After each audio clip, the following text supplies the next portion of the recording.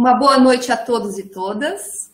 Mais uma vez, sejam muito bem-vindos ao UFPEL, os acadêmicos dos cursos da Universidade Aberta do Brasil, nas licenciaturas Letras Espanhol, Filosofia, História e Matemática.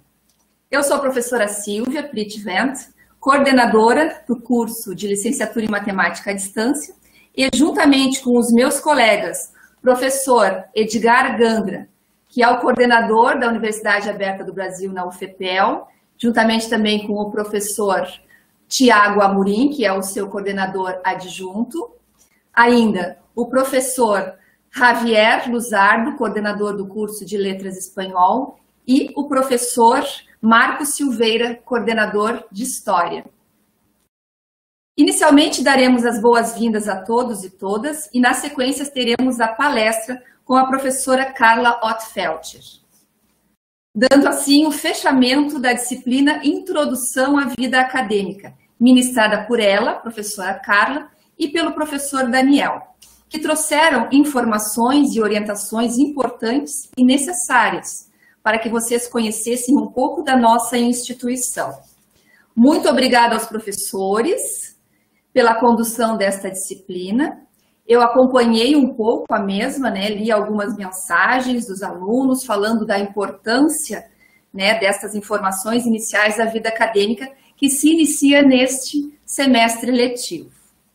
Passo a palavra ao coordenador UAB, Universidade Aberta do Brasil, na UFPEL, professor Edgar Gandra. Boa noite a todos e todas. É muita alegria estar fazendo parte agora desse momento, desse início de vocês na caminhada aqui da UFPEL. Eu sou, como a professora Silvia já falou, sou professor, estou na coordenação UAB, por enquanto, eu e o professor Tiago, Também sou professor do curso de História, tanto presencial quanto EAD, e fico muito feliz de estar aqui nesse momento de abertura, digamos assim, de um contato com vocês, mas já de final da disciplina. E a questão que eu gostaria de ressaltar é esse desafio, e essa saudação que eu faço a vocês que escolheram a área de educação para atuar. É tão necessária no nosso país, é fundamental nesse momento que a gente está vivendo, essa escolha, então, e ao mesmo tempo um desafio. Então, eu queria dar as boas-vindas a todos e todas, deixar claro que a UFPEL está de portas abertas, a gente espera que vocês fiquem conosco um longo tempo, realizem também suas pós-graduação conosco, sintam-se muito acolhidos, e da nossa parte, a palavra que a gente tem é me sentir honrado com a presença de vocês nos nossos cursos. Passo a palavra agora para o professor Tiago, também tecer umas boas-vindas para vocês. Obrigado, professor Edgar. Boa noite a todos, todas e todes aí nesse percurso de conclusão, de encerramento dessa disciplina introdutória, Introdução à Vida Acadêmica, que foi uma disciplina, um componente curricular que eu ouso dizer assim, desafiador, mas ao mesmo tempo resultado de uma construção bastante coletiva, de um diálogo entre os cursos, que esse é um movimento muito importante de ser defendido. Eu sou Tiago, sou Tiago Amorim, sou natural de Cruz Alta, estou na Universidade Federal de Pelotas como docente desde o ano de 2010, estou lotado no Centro de Artes, onde sou professor do curso de dança e do programa de pós-graduação em artes visuais e também do programa de pós-graduação em História, que é do Instituto de Ciências Humanas, e aqui na UAB atuo, estou na coordenação adjunta, acompanhando o professor Edgar nesse período administrativo e também como docente no curso de licenciatura em História à distância. Uma satisfação estar aqui com vocês, nessa transição, digamos assim, de encerramento dessa primeira disciplina e início do próximo ciclo, dos componentes curriculares aí dos 4 cursos de graduação. Agradecer vocês pela aposta que fazem nos cursos da UAB, e especialmente na Universidade Federal de Pelotas, que eu, com certeza, tenho muito orgulho de estar junto aqui desses meus colegas, companheiros e companheiras aí nesse movimento. Já atuo na UAB desde 2011, e assim como muitos aqui, tem um envolvimento com a educação à distância de longa data. Porque acreditamos, sobretudo, na educação à distância. Acreditamos que ela oferece possibilidades de democratização do ensino, de acesso à universidade pública gratuita e de qualidade, que isso precisa ser defendido, especialmente no momento que a gente vive. Então, assim, sejam bem-vindos mais uma vez. que possam desfrutar aí não somente da palestra de hoje, mas desse percurso, desse ciclo acadêmico, né, de aproximadamente 4 anos, né, que são os nossos cursos de graduação, de licenciatura, que possam desfrutar da universidade, não somente do seu ponto de vista do ensino, mas também pesquisa, extensão e outras frentes, né, atuação, eventos e tudo mais, que possam se sentir, mesmo à distância, mesmo não presencialmente aqui em Pelotas, que possam se sentir parte da UFPEL e de todo esse sistema complexo que envolve todos os estados do país, que é o AB. Então, muito obrigado aí mais uma vez, desejo um sucesso imenso na trajetória de vocês, que possam desfrutar também dessa vida acadêmica, desse período acadêmico aí, que vocês ingressaram nessa disciplina. E agora eu passo a palavra para o meu colega, companheiro aí, professor Marcos, coordenador do curso de História. Obrigado, Tiago. Boa noite a todas e a todos, em especial às alunas e alunos do curso de licenciatura em História à Distância da UFPEL. O meu nome é Marcos, né? Marcos César Borges da Silveira, sou professor da UFPEL desde o ano de 2010, atuo no curso de licenciatura História e bacharelado em História, também atuo no curso de Antropologia e sou coordenador do curso de História à Distância dessa universidade. Então, nessa breve apresentação, eu vou historiar, digamos assim, né, a trajetória do CLHD, né, o curso de licenciatura em História à Distância, destacando aspectos que poderão contribuir para a orientação dos egressos. Então, o CLHD começou suas atividades no final de 2020. Contudo, as discussões para sua implementação são bem anteriores. Pelo menos desde meados de 2018, um grupo de professores do Departamento de História da UFPEL já vinha discutindo o tema. Por outro lado, foram feitos diversos contatos, conversas com coordenadores de polo, secretários de educação, inclusive prefeitos de várias municipalidades do estado. Tais diálogos, que acompanham a construção do curso, evidenciaram, entre outras coisas, preocupações relativas à falta ou problemas de formação dos professores que atuam na rede de ensino. Problemas que, como nós todos sabemos, né, afetam o país como um todo. Creio que o acerto deste encaminhamento explica a significativa procura pelo curso, bem como a existência de poucas vagas ociosas. Atuamos em 10 polos UAB espalhados por várias regiões do estado, mas com a inclusão de Quaraí, poderemos atuar em 11 polos, então chegaremos a 400 vagas ofertadas, o que não é pouco. Para atender a esta demanda, entre outras coisas, foram realizados vários processos seletivos, tendo em vista a constituição de uma equipe de trabalho. Trata-se de tarefa inconclusa, ainda somos poucos professores, poucos tutores, e, portanto, não é possível responder às solicitações, dúvidas e requerimentos, principalmente dos discentes, com a agilidade que desejaríamos. Contudo, esperamos que nos próximos meses possamos resolver esta questão. Explico. Com a atualização de nossas matrículas no SISUAB, para isso dependemos da CRA e da PI, né, que são os órgãos que fornecem as listas atualizadas de alunos matriculados, poderemos demonstrar o tamanho real do curso. Então, solicitaremos novas cotas de bolsas para a CAPES, permitindo a contratação de novos professores tutores. A ideia é simples. Ampliar a equipe de trabalho significará potencializar nossas capacidades pedagógicas e de gestão. Melhorando nossas condições de trabalho, também iremos melhorar a qualidade da educação. No final de 2020, aprovamos o projeto pedagógico do curso. Também criamos um núcleo docente estruturado. Trata-se de coletivo de professores que deverá fazer certos ajustes e atualizações no projeto. Documento importante, né, o PPC do curso, está à disposição, né, dos nossos alunos e alunas através da página do CLHD, né, e eu oriento a todos que leiam com atenção, né, o nosso projeto pedagógico. Ele serve também como um guia, né, ele também contribui para a orientação, né, dos alunos, né, principalmente dos que estão ingressando agora. Para finalizar, reitero o nosso comprometimento com o projeto de educação inclusivo e democrático. voltado para a qualificação da formação dos professores que atuarão nas diversas comunidades espraiadas pelo Rio Grande. Enfim, digo ainda, o conhecimento histórico contextualizado, né, com o nosso tempo, é vacina indispensável contra o vírus da ignorância. Sejam todos bem-vindos.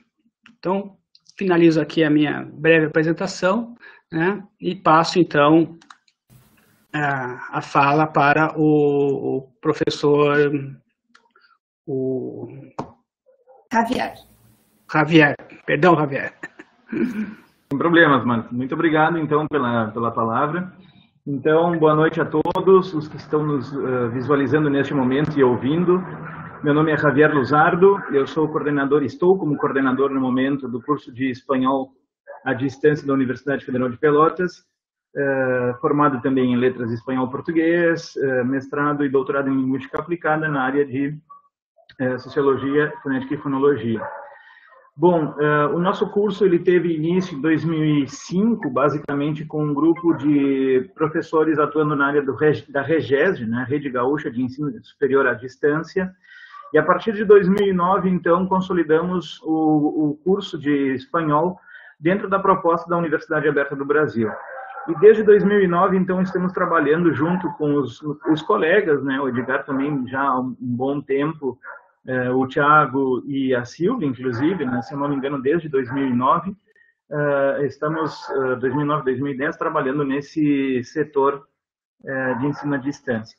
Nós contamos hoje, basicamente, com 11 polos. Nós tivemos a grata surpresa de uma aprovação o deferimento de pedido de mais um polo hoje da cidade de Santana do Livramento, para o curso de Letras Espanhol à Distância. Então, nós contamos hoje com os polos de Vila Flores, Arroio dos Ratos, Agudo, Picada Café, Santo Antônio da Patrulha, Sapiranga, Serafina Correia, Cruz Alta, Santana da Boa Vista, Sapucaia do Sul e Santana do Livramento. Esses são os nossos polos e atendemos a comunidade dessas regiões e nós estamos muito contentes em fazer parte da história e da vida dessas comunidades que hoje estão junto conosco. Então, a todos desejamos um ótimo semestre, um ótimo ano, um ótimo curso, né?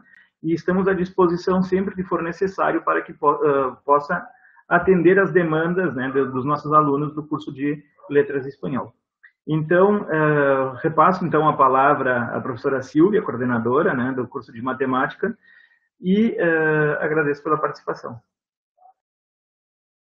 Muito obrigada, professores. Eu quero aqui também dizer que a professora Flávia Chagas, coordenadora do curso de Filosofia à Distância, ela pede desculpas, mas ela teve um imprevisto e não foi possível a sua presença nessa noite, mas em momento oportuno ela se dirigirá aos seus alunos, tá bem? Bom, eu sou então a professora Silvia, eu atuo no CLMD desde 2006, olha, já se vão um bom bocado, né? Posso dizer que o curso de matemática foi o primeiro a ser pensado na UFPEL e eu estou participando dele desde 2005, né? Ainda na Constituição, na formação, pensando toda aquela questão assim da organização do curso. E desde lá, né, atuo então nessa matemática, no curso à distância, que é um trabalho que eu gosto muito, me envolvi desde a parte da criação do curso, também pensando junto, atuei como tutora, como professora pesquisadora, formadora, já também estive na condição dos professores, meus colegas aqui, professor Tiago e também o professor Edgar Gandra, né, quando em outra ocasião eu fui coordenadora adjunta da Universidade Aberta do Brasil, e também há um tempo atrás, em 2014, 15, fui, na época, a vice-diretora do Centro de Educação à Distância, que hoje já não existe mais, mas existe agora os cursos vinculados às unidades acadêmicas, não é mesmo? E hoje estou na coordenação do curso de matemática desde 2017, mas nesse período, né, eu ainda tive, depois veio o processo seletivo, aí no ano de 2019 eu prestei esse processo seletivo para ser a coordenadora, continuei coordenadora da matemática. Então, assim, ó, eu dou as boas-vindas a todos aqui, né, em geral, a todos os acadêmicos das nossas graduações, em espanhol, em filosofia, em história, matemática, e assim, né, quero dizer assim da minha satisfação de estar com vocês aqui nessa noite. Eu já fiz uma breve apresentação para os meus alunos da matemática no dia 8, né, falei mais especificamente do curso, acho que não cabe muito eu repetir tudo aquilo que eu falei, os meus já sabem, né, de toda aquela rotina que eu trouxe, expliquei como é que vai ser o nosso PPC e tal. Muitos de vocês já tiraram informações comigo, temos um grupo de WhatsApp para que a gente possa, assim, trazer informações, só levar a notícia para vocês, né, no sentido de quando a gente fizer as webconferências, né, a gente sabe que vai ter que ser numa estrutura como essa, onde os professores estão numa sala e vocês estão noutra sala, porque não tem sistemas que não comportam uma quantidade grande de pessoas, né? Mas cada curso vai ter a sua dinâmica, e eu expliquei a nossa do CLMD, né? Então, assim, mais uma vez, então, sejam muito bem-vindos, cada um e cada uma de vocês. Estamos todos aqui muito felizes, né? Eu falo por mim, mas também é a felicidade dos meus colegas aqui, por iniciarmos mais uma edição em nossos cursos, tá bem? Então é isso, muito obrigada. E dessa forma, então, nós vamos agora ouvir a professora Carla, tá? Que vai trazer, então, essa palestra da noite. Eu vou apresentar um pouco da professora Carla.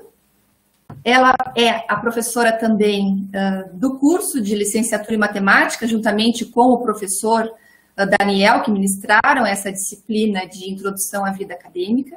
E nessa noite, então, a professora Carla trará essa palestra para vocês. Tá?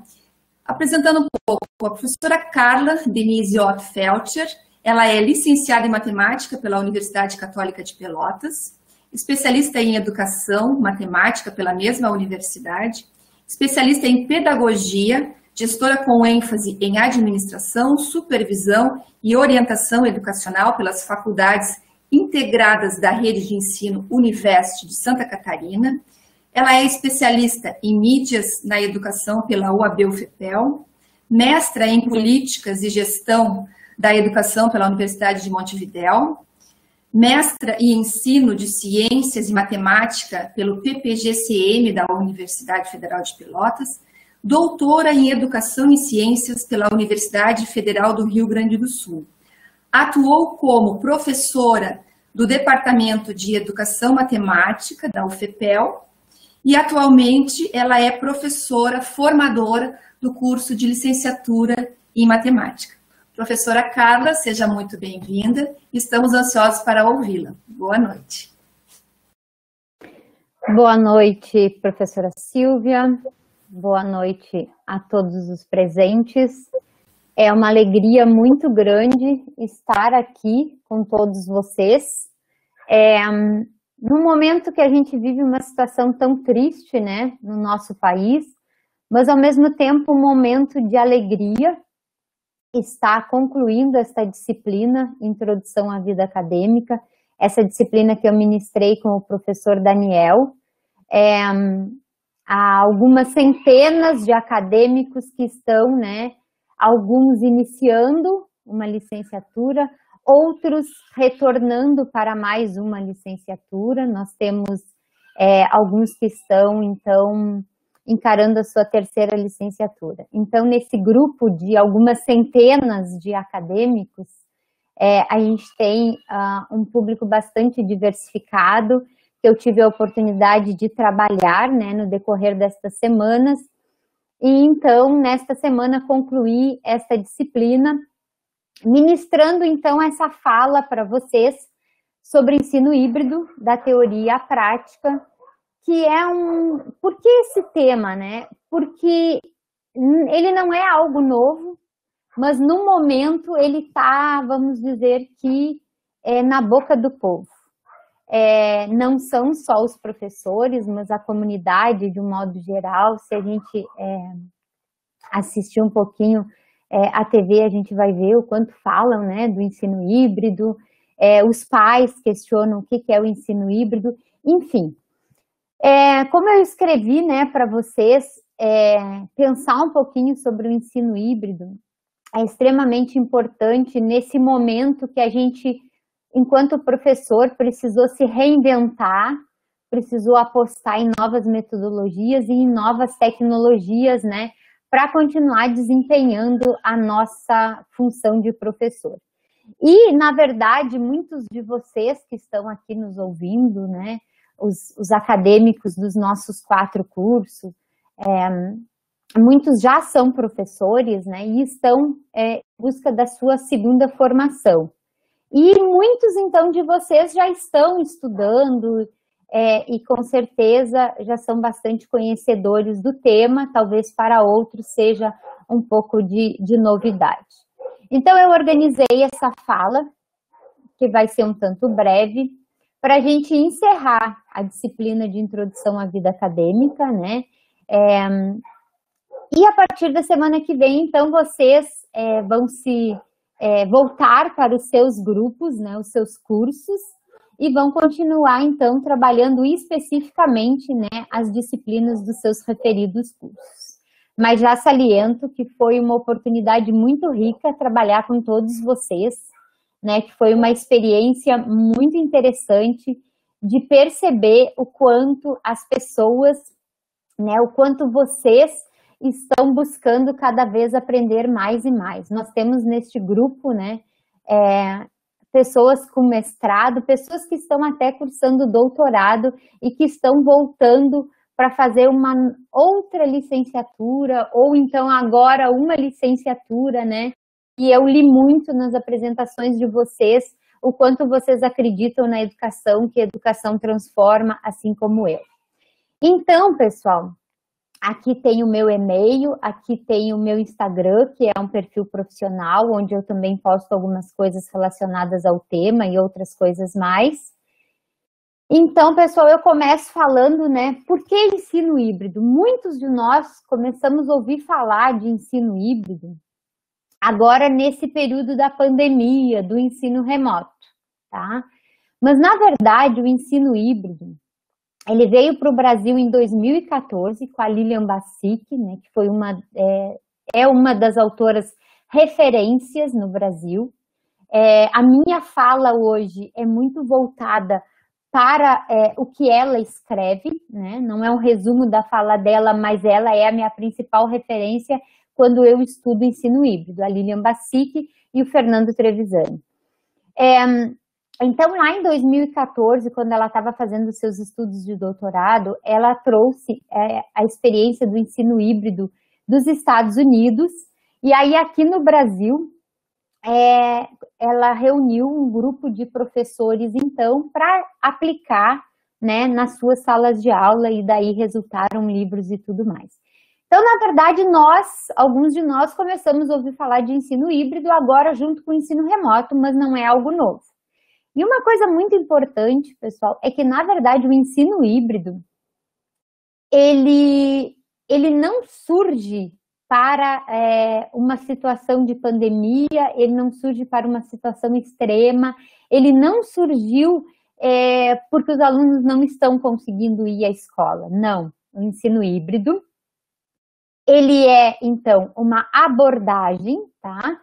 Que veio para modificar um pouco, né, de certo modo, os modelos tradicionais que a gente tinha, mas ele não é algo pensado para situações em que o aluno não pode ir na escola. Ao contrário, em 2017, 2018, 2019, eu desenvolvi experiências já de ensino híbrido quando eu tinha todos os meus alunos na sala de aula. Tá? Então, o ensino híbrido, ele não veio para satisfazer essa necessidade de ter alguns alunos na escola e outros não, e depois mais a gente vai falar sobre isso. Por que então já faz alguns anos que a gente fala em ensino híbrido e muitas escolas vêm adotando o ensino híbrido já há algum tempo? Porque, na verdade, o modelo que a gente tem de educação, na maioria das escolas, ele é um modelo bicentenário, tá? Ele é um modelo em que a gente fala muito de preparar o aluno para o mercado de trabalho, mas, na verdade, a gente não sabe qual vai ser exatamente a profissão que o nosso aluno vai escolher, porque em 2030 vão existir muitas profissões novas e o nosso aluno vai estar optando por uma profissão que talvez nem exista hoje, né? É bem provável que ela nem exista hoje. E aí, então, como que a gente está preparando esse aluno para o mercado de trabalho se a gente nem sabe quais as profissões que vão existir em 2030? Então, precisamos sim preparar para o mercado de trabalho, mas como se prepara para o mercado de trabalho? Se prepara decorando, aplicando fórmulas, resolvendo listas de exercício? Não que isso não possa ser feito, tá? E é exatamente isso que o ensino híbrido traz, tá? A gente tem também esse nosso modelo bicentenário de educação, é muito esse sistema, né, fordista, de cada professor vai lá e vai acrescentando, o professor de matemática acrescenta uma partezinha, de história outra, de geografia outra, e lá no final precisa sair pronto. Mas e aí? Será que houve uma conversa entre aquelas disciplinas? O que será que está chegando lá ao final do processo? Esse modelo bicentenário, ele também é ancorado, né, muito concentrado, muito relacionado com os profetas que vem, daí que surgiu a palavra professor, vem de profeta, como se fosse um profeta, como se alguém que soubesse tudo. E, na verdade, a gente sabe que hoje a gente não sabe tudo e está muito longe de saber tudo. A gente sabe um pouco, né, e precisa estudar e saber e buscar cada dia mais. Porque com essa avalanche de informações e tudo isso que é produzido em um único dia, né? Então nós enquanto professores, a gente precisa estar ciente de que a gente não sabe tudo, mas que a gente precisa cada dia estudar mais e mais e buscar mais e mais. Mas nunca a gente vai saber tudo. E esse modelo bicentenário também, ele tem muita relação com questões de medo, né? Porque o medo de reprovar de ano. E esse modelo bicentenário, vocês vão me dizer que nós, muitos aqui, somos frutos dele, né? E estamos são e salvos aqui e seguindo a nossa vida. Sim, ok, sobrevivemos ao modelo e estamos aqui. Mas quantos ficaram pelo caminho? Quantos não estão tendo oportunidade de chegar a um curso de graduação? Porque se perderam lá no fundamental, se perderam lá no ensino médio. E quem se perdeu lá, será que se perdeu porque é menos inteligente do que nós? Isso é algo muito importante para a gente pensar. Será que todas as pessoas que não conseguem concluir o ensino fundamental, o ensino médio, que são muitas e muitas no nosso país, será que é por falta de inteligência? Será que é quem aprova que é o inteligente? Então, essas são algumas reflexões. Só sobre isso a gente poderia falar a noite inteira, mas essas são algumas reflexões para a gente pensar por que a gente precisa mudar esse modelo bicentenário de educação que a gente tem, que é muito dividido por gavetinha, cada gavetinha é uma disciplina, porque é muito ainda individualista, né? Cada professor desenvolve o seu trabalho dentro da sua gavetinha. O aluno considerado inteligente é aquele aluno que corresponde, né?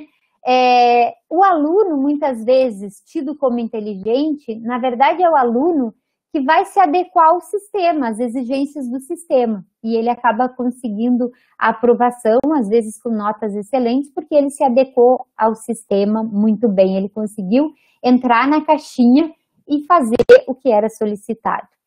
Mas nem sempre é sinal de inteligência.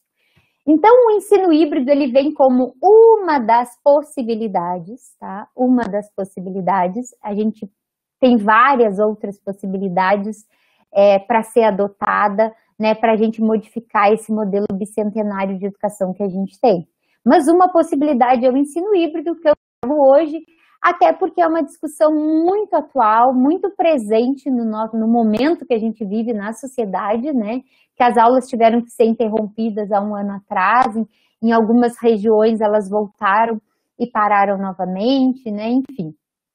E o ensino híbrido, pessoal, ele está dentro da discussão de educação 4.0, e quando a gente fala de educação 4.0, né, que fala do mão na massa, né, do fazer, do ensino híbrido, A gente já tem hoje também a educação 5.0, que é uma evolução da educação 4.0, mas que ainda vê o uso da tecnologia de modo mais humanitário. Então, é dessas discussões, da necessidade de modificar o sistema de ensino, é que surgiu essa abordagem educacional denominada ensino híbrido, tá? Então, ela vem disso, de uma necessidade de mudar. Por quê? Porque não é mais concebível que o nosso aluno, enquanto fica na escola, né, enquanto aluno, enquanto estudante, que ele apenas, não é que não possa, mas apenas use aquele tempo seja, então, para a cópia, para a resolução de exercícios, né, para decoreba, né, o professor como fonte do saber, né, transmissor, e o aluno ali como receptor somente. Então, o ensino híbrido vem para isso. E aí, então, o que é ensino híbrido, né? Eu falei do porquê da gente adotar o ensino híbrido, né? Mas o que é o ensino híbrido? Então, pessoal, como eu disse para vocês, existe hoje também alguns conceitos, né, de ensino híbrido por aí. O que eu trago para vocês é da fonte, né, da raiz do ensino híbrido, daquilo que veio para o Brasil em 2014. Então, de acordo com a Lilian Bassic, pessoal, o ensino híbrido, ele mescla o presencial e o online, tá? Mescla o presencial e o online. Então, olha só, o meu aluno precisa ir presencialmente na escola para o ensino híbrido acontecer, tá? Mescla presencial e online. Mas não é só assim, faz um pouco em casa, faz um pouco na escola e é ensino híbrido. Não é isso. Ele mescla o presencial e o online. Na parte online, precisa acontecer a personalização por meio das tecnologias digitais. E o que é isso? E isso é foco do ensino híbrido, gente, tá? É foco do ensino híbrido a personalização dos processos de aprendizagem. Isso é muito importante. Se isso não acontecer, não tem ensino híbrido, tá? E essa tela aqui, ela traz divididinho por partes para a gente entender bem o que é o ensino híbrido. Porque, como eu disse para vocês, há diversos conceitos hoje sendo divulgados por aí, tá? E há adaptações também. Então, não é assim, é isso que eu estou dizendo. É isso que eu estou dizendo de acordo com o referencial que eu estudo, Lilian Bassic, tá? Então, o que é essa personalização que é o foco do ensino híbrido, pessoal? Por exemplo, depois eu vou trazer 2 exemplos práticos lá no final da minha fala para ilustrar tudo isso. Por exemplo, eu sou professora de matemática, tá? Além de trabalhar no CLMD, eu sou professora da rede pública municipal aqui da cidade de Canguçu, onde eu trabalho. Estou trabalhando notação científica com os meus alunos. Estou trabalhando área e perímetro, seja o conteúdo que for. No ensino híbrido, então, eu vou ter que, o meu aluno vai ter que ter esse acesso ao conteúdo e por meio da tecnologia eu vou ter que, o que é a personalização? É o acompanhamento do processo de aprendizagem do meu aluno. E ele é facilitado pela tecnologia, tá? Facilitado pela tecnologia. Mas e se o meu aluno não tem tecnologia? Bom, eu posso fazer isso através de um material impresso, mas aí ele vai ser mais difícil no sentido de que eu vou demorar mais para ter esse retorno. Quando eu uso um formulário quando eu uso o Google Forms, por exemplo, em tempo real, eu consigo ir acompanhando o que os meus alunos estão acertando, o que eles estão errando. E a personalização é isso, é o professor acompanhar. Se for por meio da tecnologia, fica muito mais fácil, fica muito mais rápido e é mais eficiente. Então, eu acompanho o processo de aprendizagem do meu aluno e aí eu já vou identificando onde estão os problemas. Por que tudo isso? Para que eu faço isso? Eu faço isso para planejar o meu momento presencial, pessoal. Porque, como eu disse para vocês, o ensino híbrido requer o online e o presencial. Então, eu vou planejar o meu momento presencial a partir daquilo que eu identifiquei, a partir do acompanhamento da aprendizagem dos meus alunos. Então, isso é a personalização. Tá, e aí? Aí eu planejo o meu momento presencial. Eu não vou elaborar uma aula para cada um dos meus 40 alunos, não. Mas eu vou pensar já estratégias, formatos, organizações, metodologias para dar conta daquilo que eu identifiquei que estava sendo um problema ali de aprendizagem para o meu aluno, tá? E aí, quando eu disse aqui que mesclo presencial e mesclo online, muito importante, pessoal, que na parte do presencial, o aluno não vai ir para a escola para fazer, para copiar, resolver exercícios, memorizar. O aluno precisa ser ativo no processo de ensino e aprendizagem. E aí, dependendo da área, né, do componente curricular que o aluno estiver estudando, que o professor estiver trabalhando, as possibilidades do aluno ser ativo serão as mais diversas, né?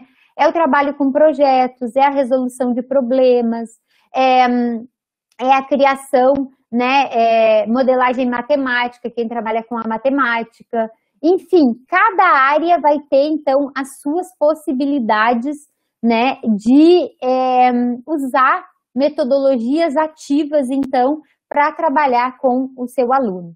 Então, para a gente seguir, o ensino híbrido, ele requer, então, ele mescla o presencial e o online, sendo que, neste momento online, o professor vai acompanhar para fazer a personalização do processo, e quando o meu aluno está presencial, então, o professor vai adotar metodologias ativas, e esse momento presencial, ele vai ser pensado, então, a partir daquilo que o professor coletou de dados no momento online.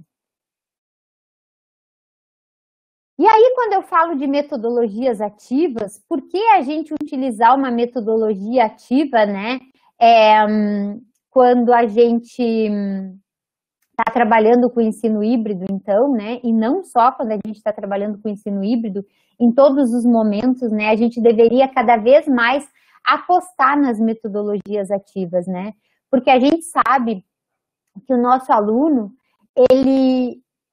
ele faz de conta, muitas vezes, que ele está presente, né?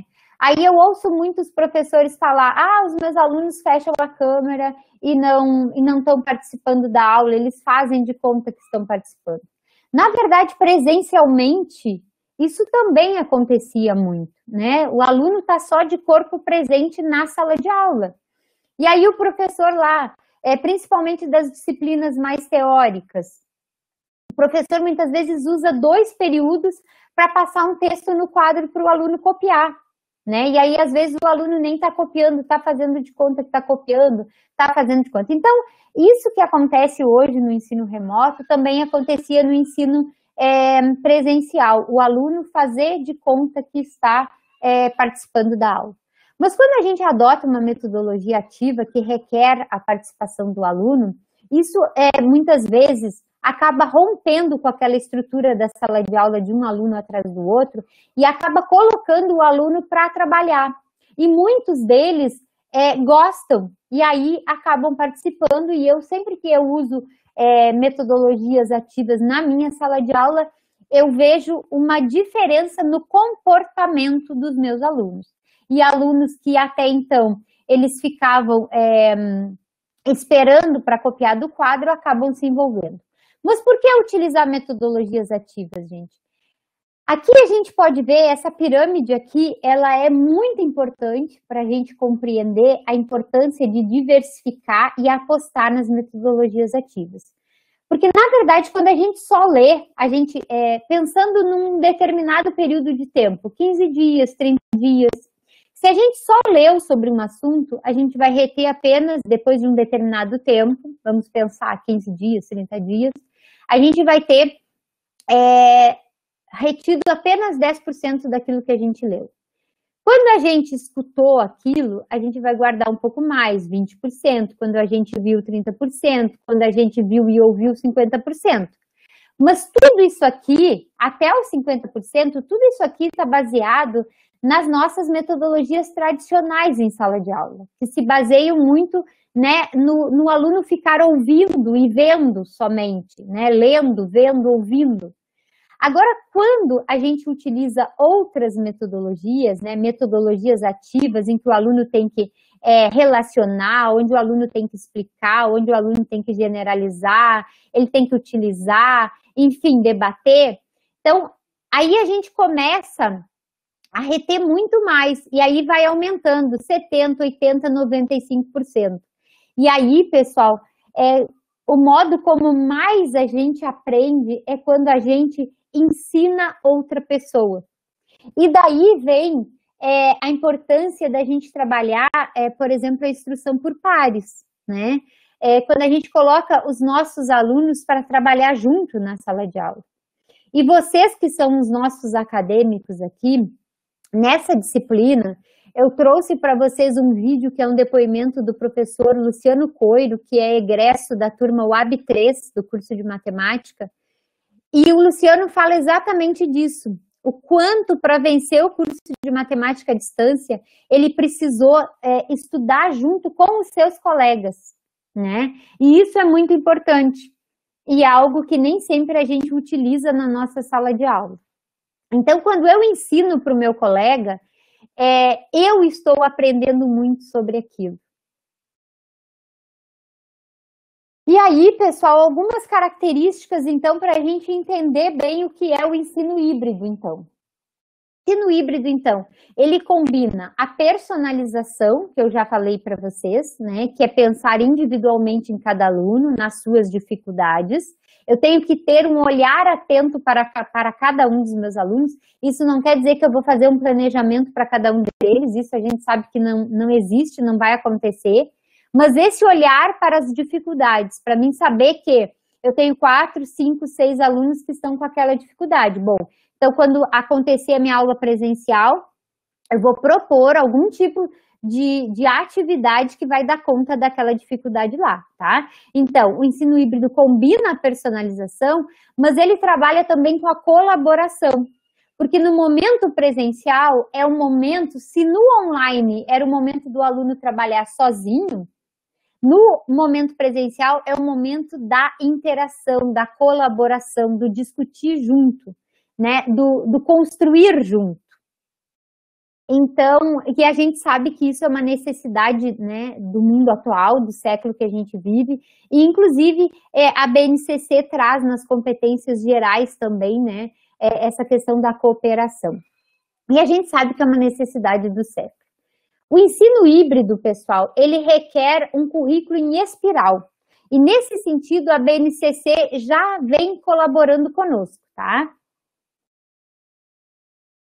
Porque para a gente trabalhar efetivamente com o ensino híbrido, a gente não pode querer aquele currículo, assim, linear, em que eu vou lá na listinha e vou apontando, já trabalhei esse conceito aqui, agora eu vou trabalhar o que está abaixo. Sabe aquela ordem linear, um abaixo do outro, organizadinho, estático. Eu não posso mudar de ordem. Não, o ensino híbrido não supõe isso, tá? Se a gente quer realmente desenvolver o ensino híbrido, nós vamos estar trabalhando com um currículo em espiral. Essa atividade aqui é uma atividade aberta que eu relaciono com outras unidades temáticas que estão lá no final da listagem. Então, e a BNCC justamente já nos abriu essa possibilidade e já nos mostra que quanto mais a gente elaborar planejamentos abertos, mais a gente vai estar conseguindo dar conta do nosso currículo.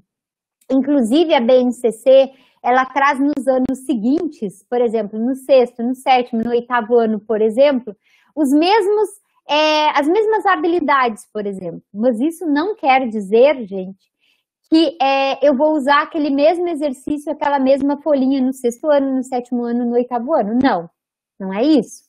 Cada ano eu vou aprofundar e fazer novas relações.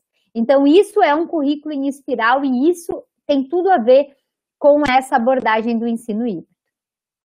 Espaços escolares diferentes. Então, pessoal, o ensino híbrido, ele requer, quando o aluno está na escola, então, eu falei para vocês da colaboração, que é muito importante. E aí, o ensino híbrido requer espaços escolares diferentes. Claro que agora, em tempos de pandemia, mesmo que a gente volte, né? Quando a gente voltar, a gente não vai poder aproximar os nossos alunos para trabalhar. Mas vamos pensar pós-pandemia, quando a gente voltar, né, à vida normal. A gente precisa de uma escola com uma cara diferente, com um visual diferente. Não podemos mais apostar só em alunos enfileirados. Agora vamos pensar na Escola da Ponte, em Portugal. Aquelas salas enormes, né? Os alunos trabalham em grupo, daqui a pouco eles colocam as divisórias, as salas ficam menores. Nós temos no Brasil também vários projetos já, projeto Âncora em São Paulo, que é inspirado na Escola da Ponte. Isso para nós ainda aqui no Brasil, claro, que ainda é um pouco longe, né? Mas vamos pensar no que a gente pode fazer para mudar, romper um pouquinho com o espaço da nossa sala de aula. A gente pode colocar os nossos alunos em U, em dupla, em pequenos grupos. Isso a gente pode fazer tranquilamente. Claro, não agora em momentos, né, de pandemia. Então, vamos começar pelo que é possível. Não dá para ter uma sala ampla, colorida, com mesas redondas, mas o que dá para fazer? Tem uma praça? Tem um pátio na escola que às vezes eu posso levar eles e trabalhar? Sim, a gente aprende fora das quatro paredes da sala de aula e muito. E a gente precisa apostar nesses outros espaços, né, para que o nosso aluno aprenda. O ensino híbrido, ele muda o papel do professor e do aluno muito, muito, muito. E aí, pessoal, aqui é algo muito importante, merece atenção, porque quando eu falo que o ensino híbrido muda o papel do professor e do aluno, aqui também está muito segredo para o ensino híbrido dar certo, pessoal. O ensino híbrido requer toda uma parte de estudo do meu aluno, de autonomia do meu aluno. Dependendo do modelo de ensino híbrido que a gente for adotar na nossa sala de aula, ele requer mais ainda do nosso estudante. Então, é muito importante que o aluno se dê conta que ele não vai ter mais um professor que vai passar 90 minutos lá na frente da sala de aula falando e ele anotando. Não, ele precisa participar do processo, porque a gente vai estar trabalhando com metodologia ativa. Dependendo do modelo que a gente for adotar, ele vai ter que ter estudado em casa antes de vir para a sala de aula, né? Então, muda realmente o papel do aluno. E muda o papel do professor também, porque o professor precisa se dar conta que ele não é aquele profissional que sabe tudo. Não, realmente ele não é, e não tem nenhum problema nisso, mas ele precisa estar sempre buscando. E eu tenho comigo uma lógica de que não é feio eu, enquanto professor, às vezes dizer que eu não sei e que eu vou pesquisar, mas se todos os dias também eu tiver que dizer, né, não sei, vou pesquisar, é sinal que eu preciso estudar mais, né, tem algo de errado comigo. Mas é claro, né, que a gente não sabe tudo, mas a gente precisa estar pesquisando e buscando sempre. Então, se muda o papel de professor, então, primeira coisa é eu perceber que eu não sei tudo, que eu preciso estar sempre buscando, que eu não sou boa professora porque eu passo horas na frente dos meus alunos desfilando o meu conhecimento. Esse é um ponto que eu venho tentando melhorar há alguns anos, porque eu era uma professora que acreditava, pessoal, que quanto mais eu falasse na frente dos meus alunos, melhor era, porque melhor eu acreditava que os meus alunos iam aprender mais se eu ficasse falando. E, na verdade, né, Comênios já dizia, ensine menos para que seus alunos aprendam mais. O aluno precisa ter o tempo dele, o tempo de construir, o tempo de refletir, o tempo de fazer, de ler, de anotar, de fazer a atividade dele. E não o professor dizendo faz isso, faz aquilo, isso é assim, isso é aquilo. Então, a gente precisa, professor, no ensino híbrido, ele é um mediador. Ele é alguém que vai estar ali para conduzir o processo, para acompanhar, né, para avaliar e para ir cada vez mais planejando e ajudando o aluno a construir o seu conhecimento. E quando a gente fala de ensino híbrido também, hoje um termo muito utilizado é que o professor ele é curador. O que é um professor curador? Até coloquei uma setinha, um destaque aqui embaixo. O professor curador é o professor que... Porque a gente tem muito material disponível hoje, mas não dá para qualquer material o nosso aluno estudar por qualquer material. Então, o professor curador, ele é o professor que vai fazer a seleção dos materiais para encaminhar para o seu estudante. Então, ele vai selecionar lá, seja no YouTube, seja, enfim, aonde for, tá? Então, esse é o professor curador. Nesse contexto do ensino híbrido, pessoal, também é preciso ressignificar o papel da família, né?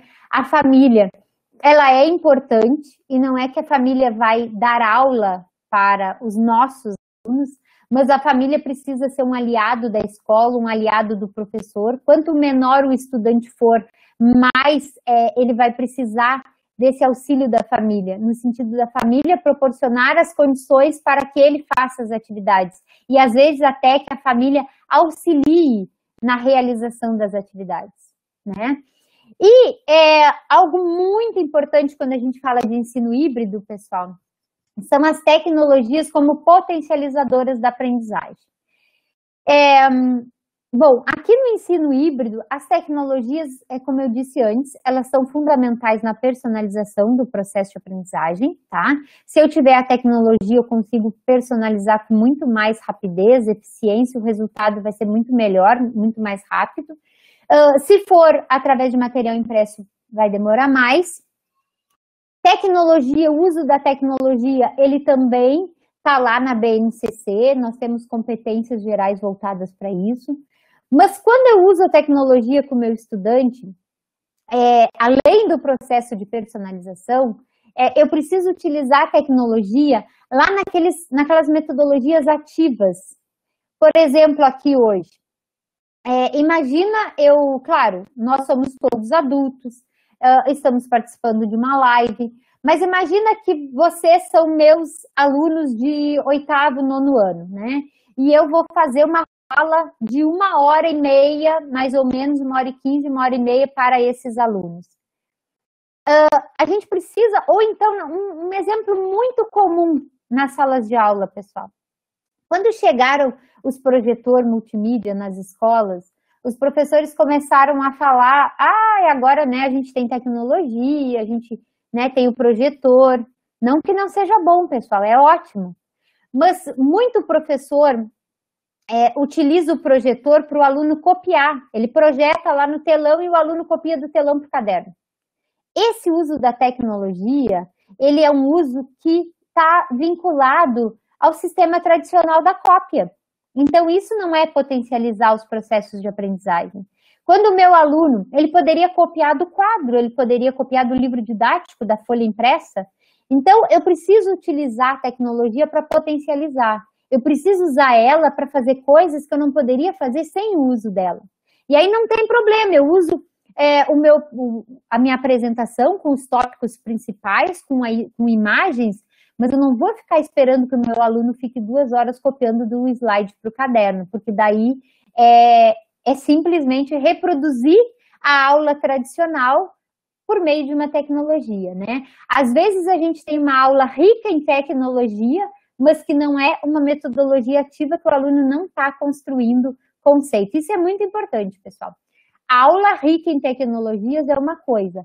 A aula que utiliza a tecnologia para potencializar processos de aprendizagem é outra bem diferente.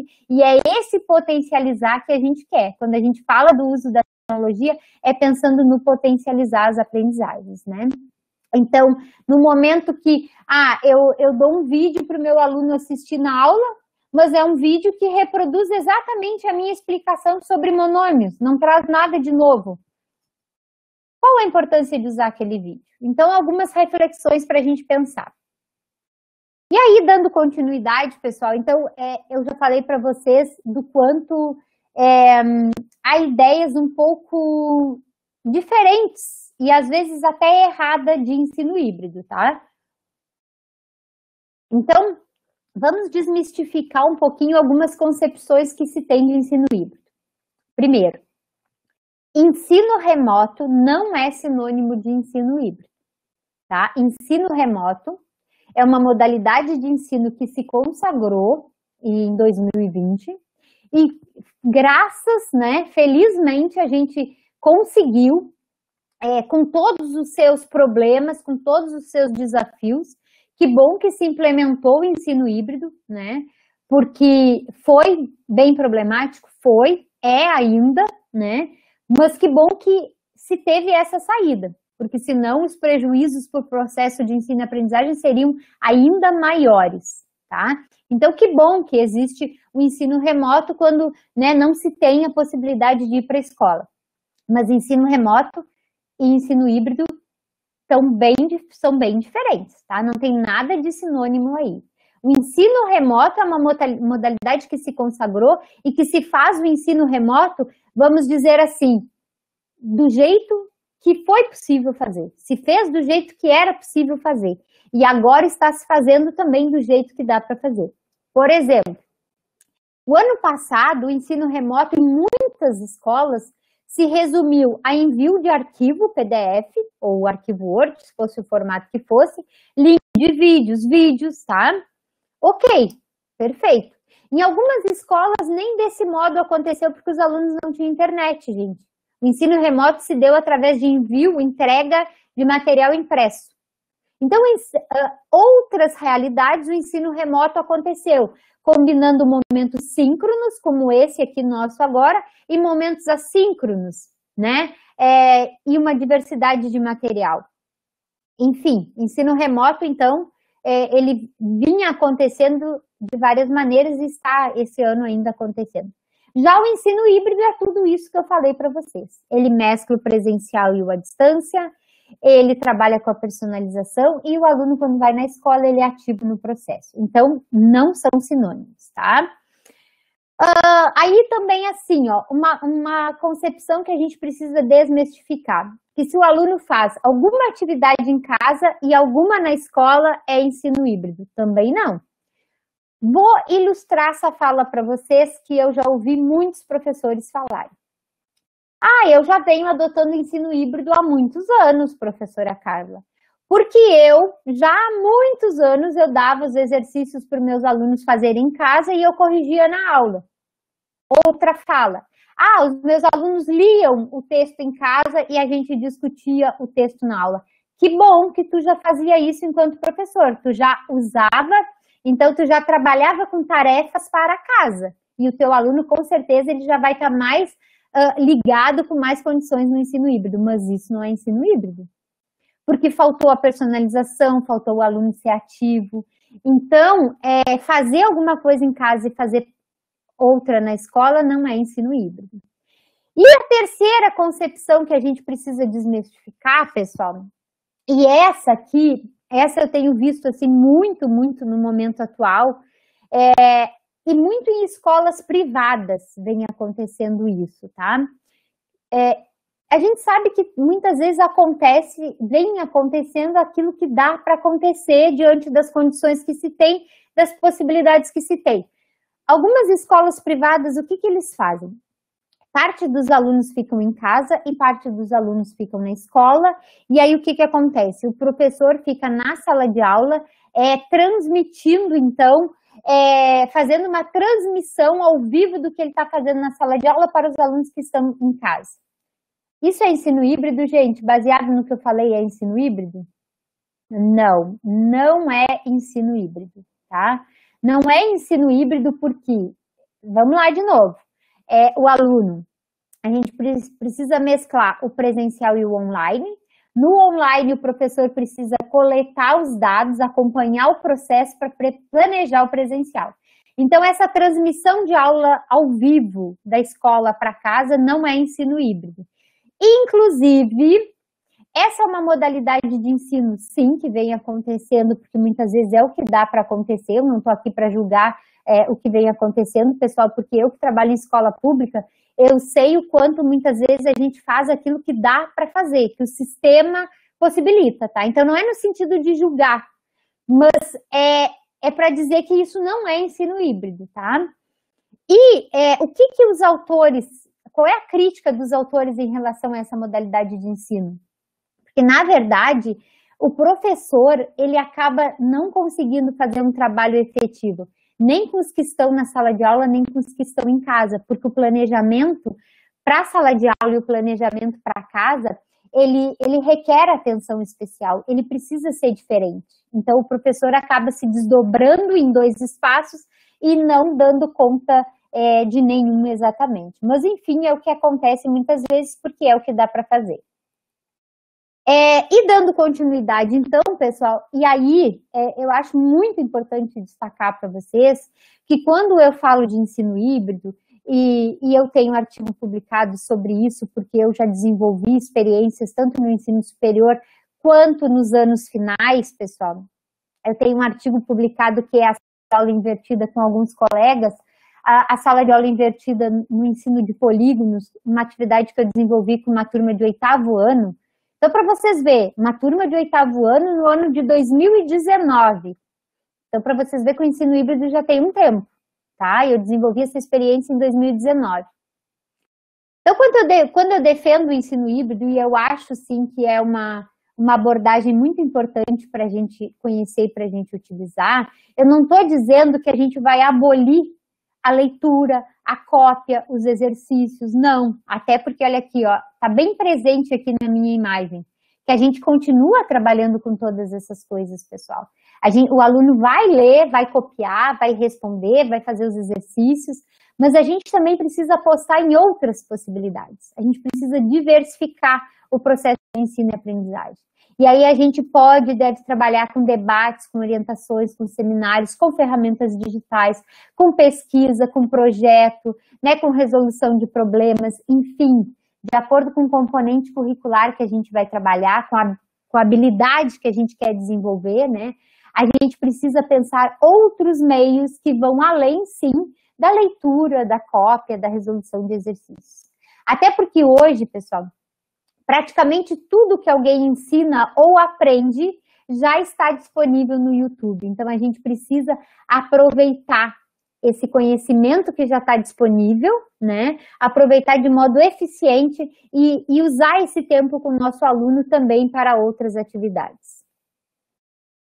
E aí, é claro que o ensino híbrido, ele traz vantagens, mas também ele tem críticas, óbvio, como tudo na vida, né, pessoal? Então, as vantagens... Aqui são algumas que eu destaco como mais importantes, existem outras vantagens e outras críticas também. Mas algumas vantagens é que o ensino híbrido ele considera o tempo e o ritmo do estudante, incentiva a autonomia, e eu acho que uma das coisas que a gente sofreu tanto ano passado com o ensino remoto é porque o nosso aluno não tinha essa autonomia de buscar, de correr, de ir atrás. E aí, quando a gente trabalha com ensino híbrido, então a gente vai estar incentivando essa autonomia. Ah, mas o meu aluno não tem autonomia para trabalhar agora no ensino híbrido. Se eu nunca proporcionar a ele o trabalho, né, nunca trabalhar com ele nessa perspectiva, ele nunca vai ter essa autonomia mesmo. Então, quanto mais cedo eu colocar esse controle na mão dele, porque o ensino híbrido tem disso, né, o controle do tempo, do ritmo, né, mais eu vou estar desenvolvendo com o meu aluno a autonomia dele. Se ele tiver essa oportunidade, ele nunca vai desenvolver, então, a autonomia. Então, no ensino híbrido, pessoal, o aluno tem esse controle, né, do tempo dele, do ritmo, se ele quer assistir o vídeo uma vez, 2 vezes, 3 vezes, pausar, enfim.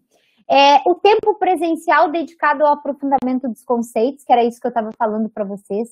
Se a gente tem tudo, não digo tudo, mas quase tudo que a gente vai trabalhar com os nossos alunos, tem escrito aí, tem um vídeo no YouTube. Então, esse momento presencial a gente precisa usar também para outras questões, para trabalhar com os projetos, para trabalhar de outras formas que o meu aluno vai ser ativo no processo. O que acontece? Na disciplina de matemática, os professores dizem muito o quê? Eu acabo trabalhando só com a parte, vamos dizer assim, os exercícios, os primeiros exercícios de cada unidade, porque não dá tempo de aprofundar, tá? Outra fala, e aí a gente ganha tempo quando a gente trabalha com ensino híbrido, a gente consegue aprofundar esses conceitos. Até porque, uma outra fala dos colegas professores, eu não consigo usar a tecnologia na minha sala de aula porque não dá tempo, eu não consigo trabalhar todos os conteúdos, então eu não posso deixar de trabalhar conteúdo para trabalhar tecnologia. Na verdade, nós, enquanto professores, precisamos, não é largar os conceitos, os conteúdos para trabalhar com uma tecnologia, não.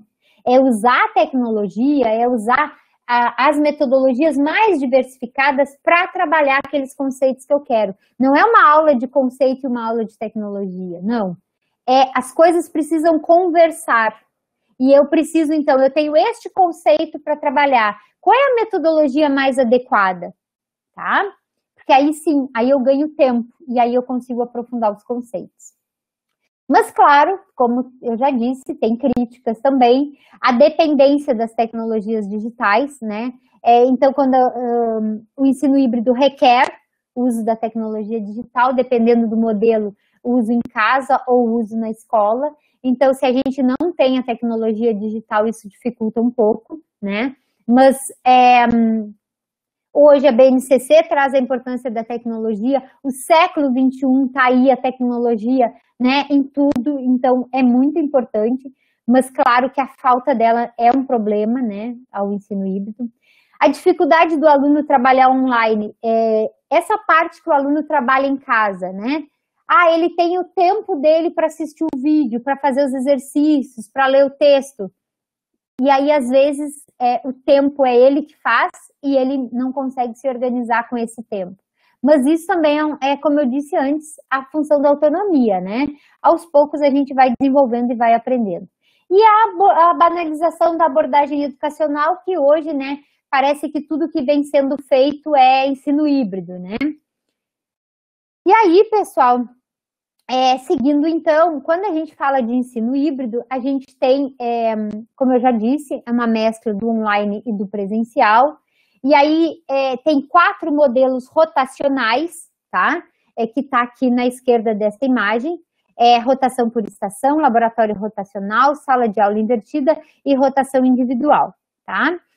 Na verdade, existem vários outros modelos, mas esses 7 modelos que estão aqui na tela, eles são, né, 4 são modelos rotacionais e depois tem os outros 3 modelos, que é o flex, o à la carte e o virtual enriquecido.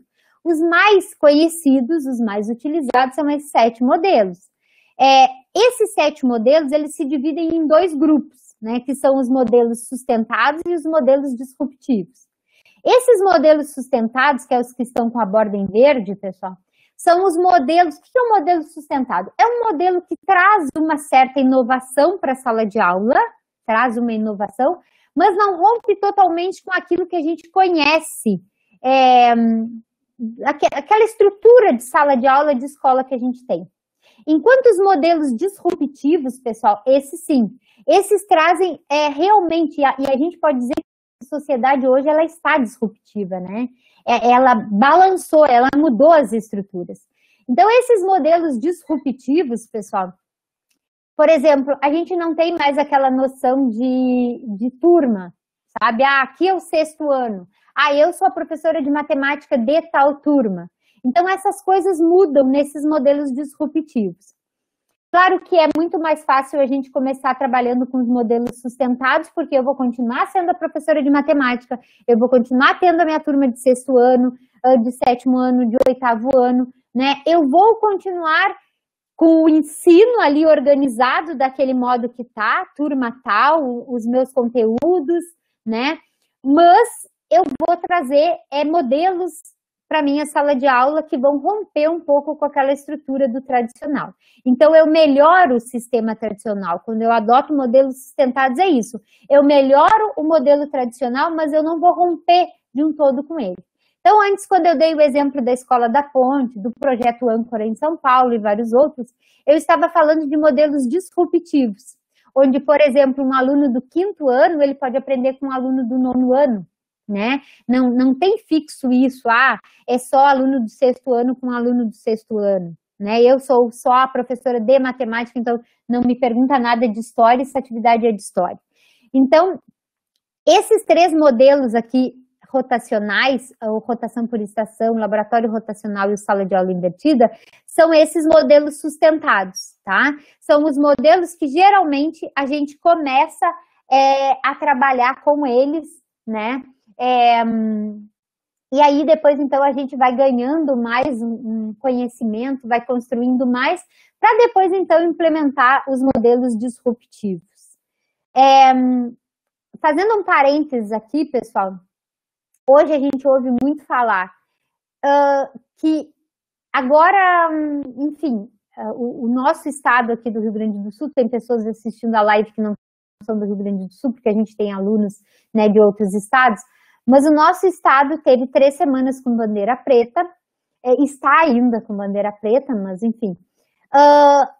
A gente estava, aqui em Canguçu mesmo, a gente ia começar as aulas presenciais, acabamos que não começamos, mas e aí parte do aluno na escola e outra parte não. E aí o que o pessoal, algumas pessoas falavam, dá para trabalhar então com o modelo virtual enriquecido, porque o modelo virtual enriquecido, os alunos vão, a maior parte do tempo o aluno trabalha online, e aí o aluno vai 1, 2 vezes no máximo na escola durante a semana.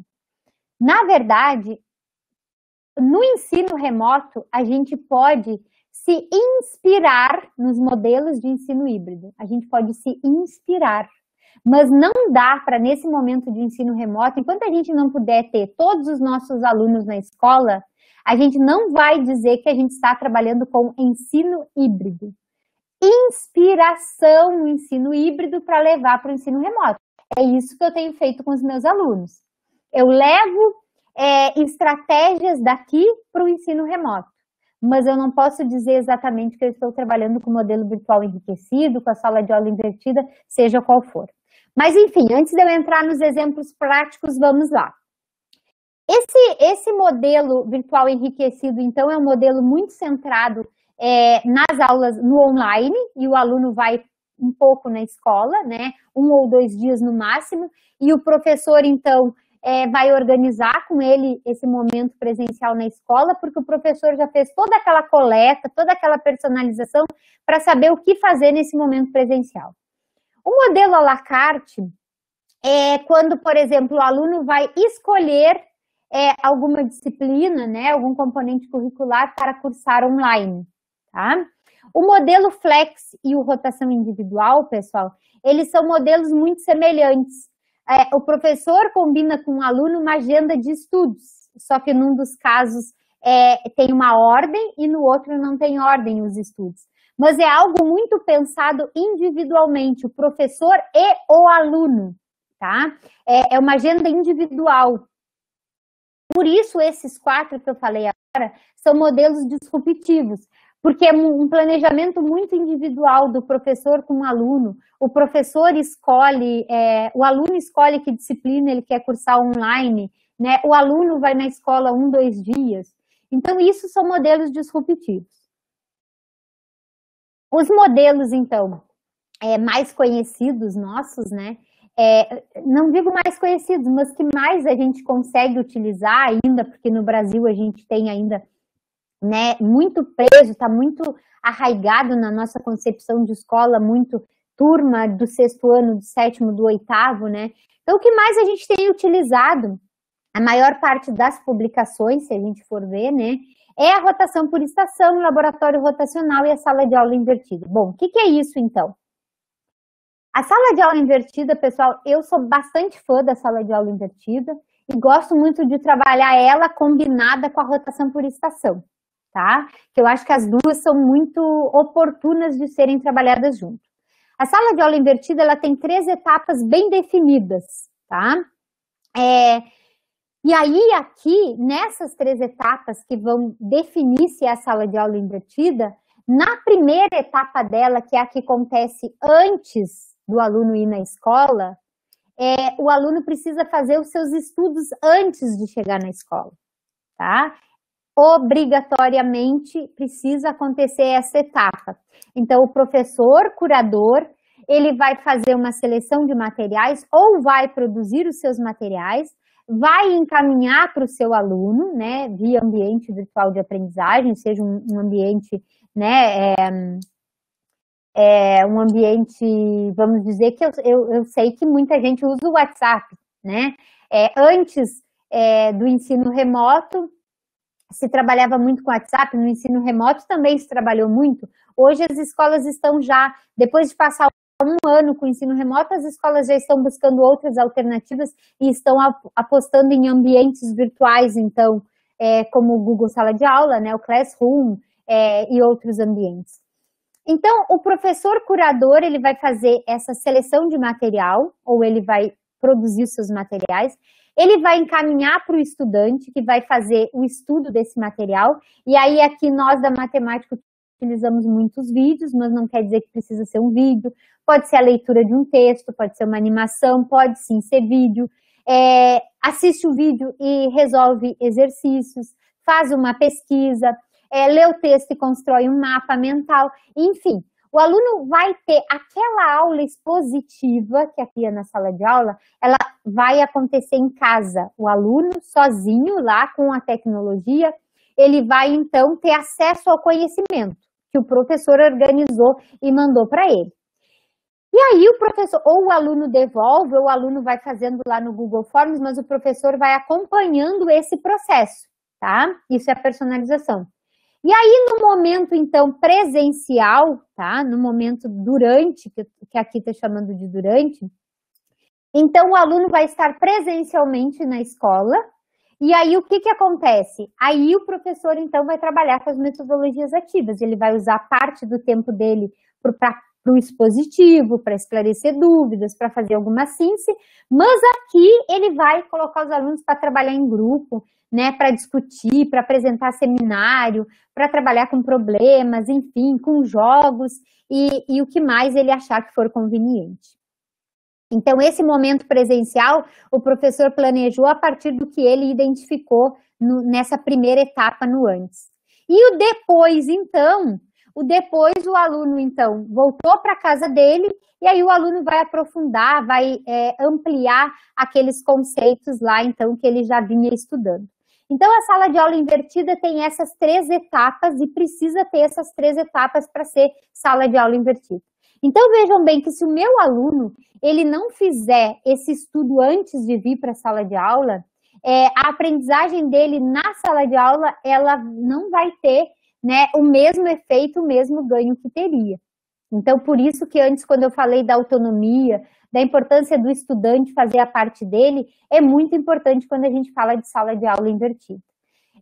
Bom, eu estou falando aqui para vocês do aluno ir na escola, de aula presencial e tudo mais. Sim, porque a sala de aula, o ensino híbrido pressupõe isso. E aí, como é que eu trabalho com sala de aula invertida, então, se agora os meus alunos não estão indo na escola? Então, aí eu volto a repetir.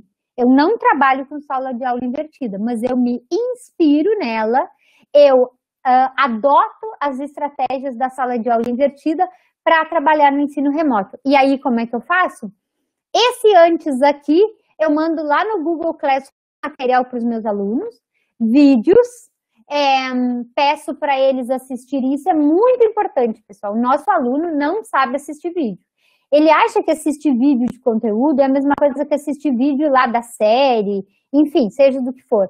Ele precisa pausar os vídeos, ele precisa anotar o que é mais importante. Então, ele vai estudar. Por exemplo, eu envio o material escrito para ele, o texto, envio vídeos, envio exercícios. Acompanho esse processo e aí, e a sala de aula e o presencial?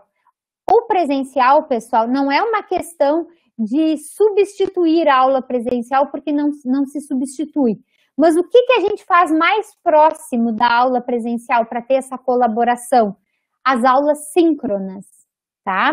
E aí eu não vou chamar o meu aluno para uma aula síncrona para ele ficar copiando das 8h30 da manhã até as 10 da manhã, copiando lá da tela do computador para o caderno dele. Não.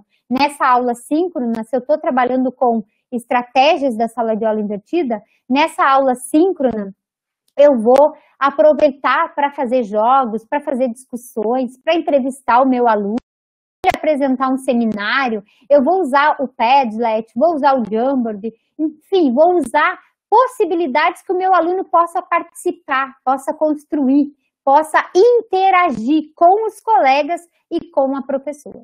Tá? E aí, o pós, depois, eu vou planejar alguma atividade para ele dar sequência ao que a gente vinha estudando, para ele ampliar os conhecimentos dele. Então, isso é a sala de aula invertida, né, falando brevemente. Aí eu falei para vocês que eu gosto também bastante da rotação por estações, né? E, inclusive, eu gosto de usar uma com a outra, né? Quando a gente ia na escola presencialmente. Agora, no ensino remoto, eu estou trabalhando só com sala de aula invertida, porque aí a rotação por estações vai exigir um pouco mais de uso de tecnologia, dividir os alunos em grupo, então ainda não me arrisquei. Rotação por estação, então, o que é?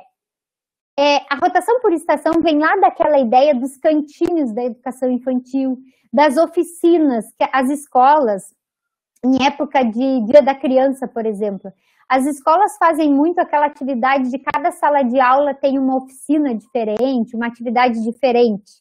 Muitos de vocês já devem ter vivenciado isso enquanto aluno, enquanto professor, enquanto pai de aluno. Numa sala de aula tem pintura do rosto, outra sala de aula alguém conta historinha, outra tem teatro, enfim. Então, essa ideia de rotação por estações vem dessa ideia, mas, na verdade, é tudo dentro da sala de aula. A gente organiza várias estações dentro da sala de aula. O número de estações vai depender do tempo que eu tenho, do número de alunos que eu tenho, tá? O número de estações pode ser 2, pode ser 3, pode ser 4, pode ser 5, vai depender. Mas todas elas têm que ter um tempo, tá? Seja 15 minutos, 20 minutos, 12 minutos. Todas elas têm que ser ligadas ao mesmo tema, mas elas não podem ter uma ordem. O aluno não tem pré-requisito. Primeiro eu tenho que passar na estação 1, depois na 2, na 3, na 4. Não importa a ordem. Todas são relacionadas ao mesmo tema. Por exemplo, a Revolução Farroupilha. Mas são atividades que não têm pré-requisito de ter que primeiro passar numa estação anterior. Então, elas são rotações relacionadas, mas independentes, com um tempo estipulado pelo professor, e uma das estações precisa ser tecnológica. Porque lembram que ensino híbrido requer o uso da tecnologia? Então, uma das estações precisa ser tecnológica. E eu, enquanto professor, eu vou coletar nesta estação informações. Desculpa, pessoal. Bom, então, quando o meu aluno ele não tem tecnologia em casa, quando o meu aluno não tem tecnologia em casa, eu preciso oportunizar para o meu aluno, pelo menos na escola ele tem acesso à tecnologia. E aí eu posso apostar, então, em modelos como esse, como a rotação por estação, em que pelo menos uma das estações é tecnológica. Nessa estação tecnológica, eu vou coletar os dados para personalização do processo, que é o foco do ensino híbrido.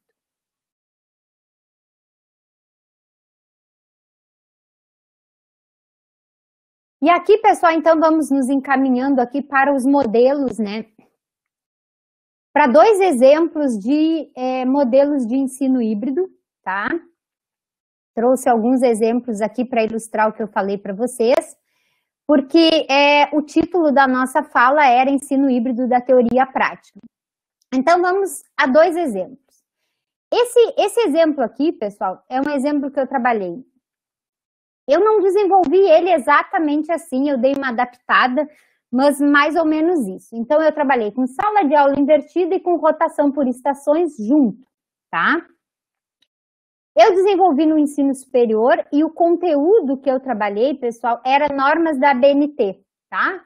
Um conteúdo que alguns não gostam muito e tal, mas enfim, que é essencial na vida de um acadêmico, gente, é muito importante.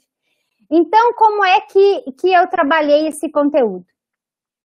Eu disponibilizei lá no Moodle, né, que é o nosso ambiente virtual, então, né, do CLMD, eu disponibilizei o manual de normas da ABNT.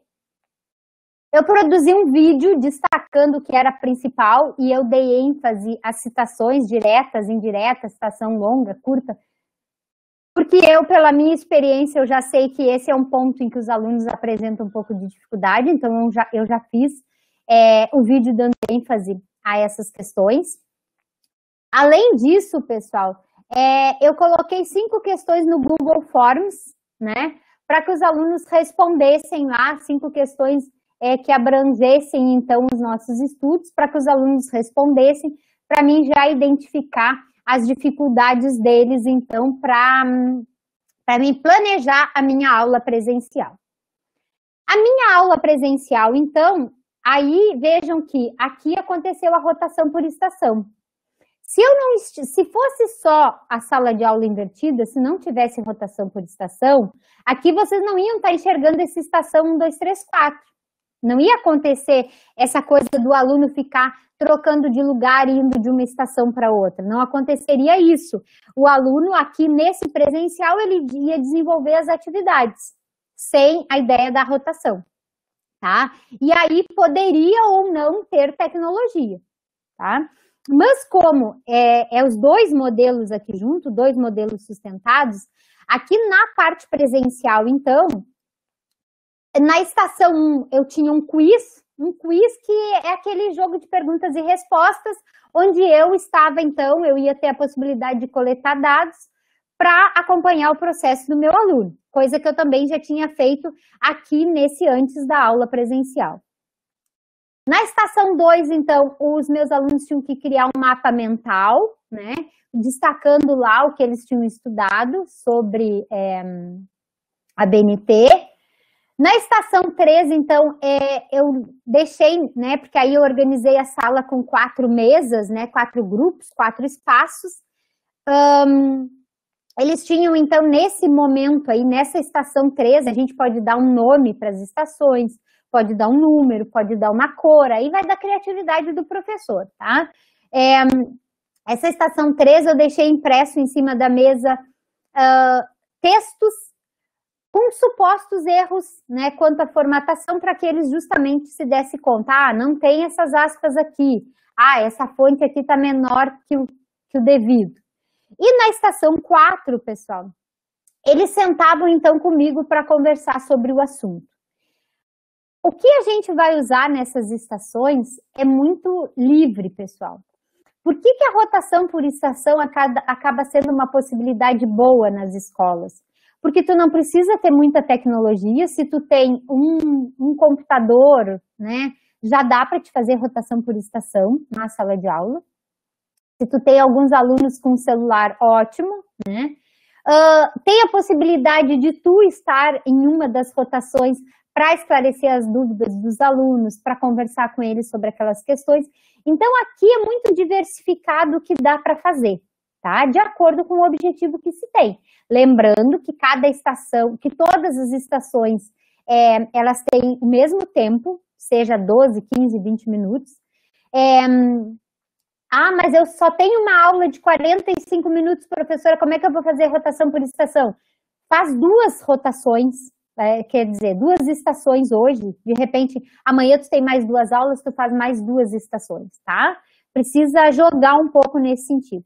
E o pós-aula, então, pessoal, vejam que além de ser rotação por estação, era sala de aula invertida. Então, eu tenho o antes da aula presencial, a aula presencial e o pós-aula presencial.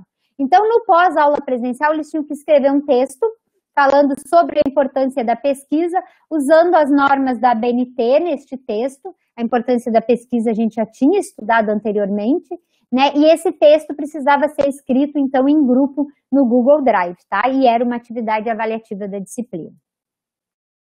Aí, pessoal, bom, e agora, então, eu disse para vocês que o que dá para a gente fazer nesse momento que a gente está é se inspirar nas modalidades de ensino híbrido, então, para trabalhar no ensino remoto. Então, como é que dá para fazer isso? Claro, vai depender muito da realidade que a gente tem, das possibilidades que a gente tem, né? Eu sei que a realidade das escolas, ela é bem diferente, né? Enquanto a gente tem escolas, assim, com quase 100% dos alunos com acesso à internet. A gente tem escolas em que o acesso à internet é restrito à minoria. Então, aqui eu estou falando de experiências que não são receitas, pessoal, até porque as receitas na educação não dão certo. Mas são experiências que, dependendo da nossa realidade, a gente pode se inspirar e adaptar, tá? Então, é um planejamento para o ensino remoto inspirado, então, na sala de aula invertida. Então, como é que eu venho fazendo hoje para trabalhar, para que a minha aula seja, vamos dizer assim, um pouco mais significativa em termos de aprendizagem para o meu aluno, né? E também que o meu aluno goste mais da minha aula, que ele queira participar da minha aula, porque a gente sabe que no ensino remoto, ano passado, os professores relatavam com muita tristeza o quanto os alunos não participavam das aulas. E, claro, a gente sabe que muitos por problemas de internet e tecnologia, mas outros porque realmente não queriam.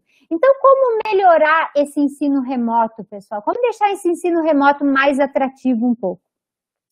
Então, como eu faço na disciplina de matemática, que é uma disciplina, pessoal, que vários estudiosos já vêm colocando o impacto, né, da pandemia na aprendizagem dos estudantes, que ainda vai ser maior na disciplina de matemática, porque ela já era uma disciplina que antes já tinha sérios problemas quanto à aprendizagem dos estudantes. Então, no ensino remoto, a gente sabe que se história, se geografia, se as outras áreas elas vão ter impacto, a matemática ainda mais, infelizmente. Então, isso já é algo para a gente pensar. E quanto mais a gente puder já, né, tentar melhorar, né, qualificar o nosso processo de ensino e aprendizagem melhor. Então, esse é um planejamento semanal, tá, pessoal? Um planejamento semanal. Meus planejamentos são semanais. Então, eu coloco lá no Google Classroom, na terça-feira, às 8 horas da manhã, o meu aluno recebe lá as instruções. Ele precisa assistir vídeo, por exemplo. Olha só, o aluno deverá assistir aos vídeos indicados, né? Tá lá no link abaixo, pela professora, pausando e anotando no caderno o que é mais importante. Ele precisa resolver a lista de exercícios. E ele precisa, neste caso aqui, ele tinha que recortar e montar um dominó de frações que estava em anexo, tá? Tudo isso ele tinha que postar lá no Google Sala de Aula até o dia 18, tá? E aí, então, eu estava lá acompanhando para ir, então, identificando as dificuldades dele para personalizar o processo, porque no dia 19 ele tinha momento síncrono comigo, tá? E aí, então, eu usei parte da aula, um tempo curto da aula, para aquela aula expositiva, para esclarecer dúvidas, para retomar alguns pontos. Como é início de ano letivo, eu ainda estou usando um pouco mais do que eu gostaria com esse momento expositivo. Aos poucos, eu quero diminuir esse momento expositivo. Só que o aluno ainda está muito preso ao professor, né, palestrando. Então, aos poucos eu quero diminuindo isso e dando mais tempo para eles produzirem nas minhas aulas síncronas. Mas, enfim, eu reforcei o conteúdo, esclareci dúvidas, eu fiz um jogo de VOF sobre o conteúdo e eles construíram uma reta numérica, usando cordão, usando barbante, usando papel, né, para a gente trabalhar os conceitos. Então, a aula síncrona foi isso. Teve um pouquinho de momento dispositivo, mas teve eles lá participando do jogo, interagindo, construindo reta numérica. E aí, no final da aula, eu já encaminhei a atividade seguinte, que era eles fazer uma pesquisa sobre o PI. E aí, quando eu falo de pesquisa, não é dizer para o aluno pesquisa sobre o PI, porque aí ele vai lá, copia o que ele achar na internet e nem lê. Não, eu disse para ele, eu quero um texto que responda tais e tais e tais perguntas, tá? Então, pessoal, de modo bem resumido, bem breve, para a gente não se alongar, que eu já estou passando do tempo que eu gostaria, esse é um exemplo, então, de um planejamento que eu estou usando, então, no ensino remoto, mas é inspirado na sala de aula invertida. Vejam que o meu aluno faz todo um estudo em casa, antes com vídeo, com exercício, com texto. Eu acompanho isso para personalizar. eu não tenho aula presencial com o meu aluno, mas nesse momento presencial, quer dizer, eu não tenho momento presencial e, portanto, eu uso o momento síncrono, eu faço atividades em que o meu aluno participa, interage, constrói, joga, enfim, ele está ativo ali no processo. E aí, então, eu encaminho uma atividade para fechar essa semana, vamos dizer assim. E aí, pessoal, então, vamos ao último slide para fechar. Quando eu falo de ensino híbrido, eu não estou dizendo que é usar uma tecnologia, uma metodologia ativa, né? Esporadicamente eu uso isso, eu uso aquilo. Não, pessoal. Ensino híbrido requer uma concepção diferente de ensinar e aprender. Vejam bem, é o professor que muda o seu papel, é o aluno que também muda o seu papel, é a família que é diferente nesse processo, é o currículo que não é linear. Então, é um conjunto de ações, é uma visão, é uma concepção diferente de ensinar e aprender, que é muito necessária nesse século que a gente vive, sem sombra de dúvidas. Então, agradeço imensamente, pessoal, a participação de vocês. Fica aqui os meus contatos, tá? O meu e-mail. E além do meu e-mail, tem ali o meu perfil profissional também. Agradeço muito, muito a participação de vocês. E também, pessoal, da disciplina de Introdução à Vida Acadêmica. Ainda vamos continuar esta semana, né? Temos aí até sábado, né? 2 dias ainda de disciplina. Agradeço a participação de vocês, as interações.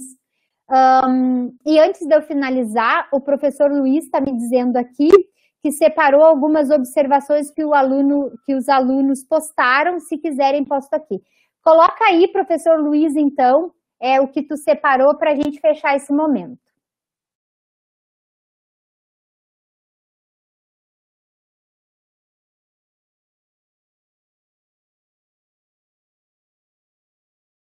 Vamos lá.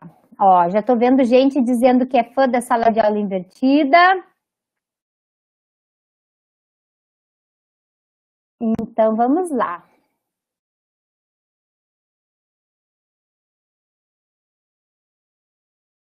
Tem gente dizendo que o professor deve aprender todos os dias. Sim, na verdade, todos devem aprender todos os dias, mas nós, professores, ficamos com uma responsabilidade ainda maior. Muito boa explanação e essa recepção aos acadêmicos.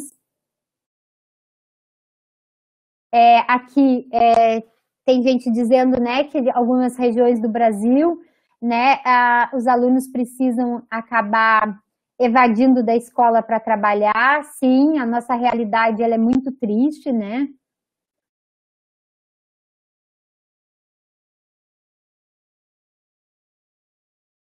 A Cristiane Marques está falando aqui de introduzir a família juntamente com a escola nesse sistema híbrido de ensino. Sim, a gente precisa muito, muito disso, pessoal, da família presente, da família que participa, né? Da família que entende que é para o bem do seu filho essa parceria, né?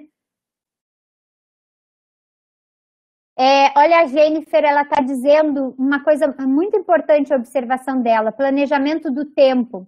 É a mais difícil, ainda mais se tratando de mulher que trabalha fora, em casa, que tem filhos pequenos, mas força na peruca, disciplinar o tempo. É isso mesmo, Jennifer. Não é fácil, né? Não é fácil. A gente tem, nós mulheres temos ainda mais afazeres, né? Temos todos os outros afazeres, além da vida acadêmica e profissional, e realmente a disciplina é o caminho. A Bárbara está pedindo os slides, sim, ok. Podem me entrar em contato que eu mando. Também sou fã da sala de aula invertida. Outras pessoas falando aqui do desafio que é, né, a vida acadêmica e a vida profissional. Algumas pessoas falando que gostaram da live, que bom, se sentindo acolhidos pela UFPEL. E é isso, pessoal. O Marcos dizendo que realmente receitas normalmente não dão certo, e é bem isso, Marcos. E o objetivo aqui jamais, quem me ouve sabe que meu objetivo jamais é passar receita, porque realmente O que eu faço na minha escola é porque a minha escola tem aquelas características. A maioria dos meus alunos, por exemplo, tem acesso à internet. Diferente de outras realidades que a maioria não tem acesso à internet. Então, essa sensibilidade do professor, né? Isso, pessoal, independente do sistema de ensino que vocês forem adotar, independente desse sistema de ensino, a gente precisa ter esse olhar muito atento para a realidade do nosso aluno. Seja agora no ensino remoto, no ensino híbrido, no ensino... seja a modalidade que for, a gente precisa estar atento aos nossos estudantes, né? A realidade deles, a dificuldade deles, enfim. A Fabiana está perguntando se as aulas síncronas podem ser usadas para corrigir exercícios. Sim, Fabiana, pode ser sim. Inspirada no ensino híbrido, eu vou usar o mínimo de tempo possível para corrigir exercício, tá? Inspirada no ensino híbrido. Tipo, eu corrijo um pouco, alguns ali para exemplificar, para retomar a discussão, mas senão eu passaria a minha hora de aula só corrigindo exercício. E aí eu não estou me inspirando no ensino híbrido, tá? Aí eu não estou me inspirando no...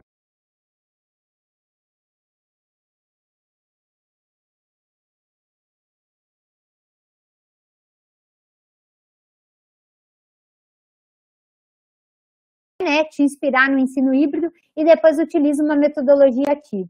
As disciplinas teóricas, pessoal, tem um monte de ferramenta legal para gente usar elas hoje em dia, tá?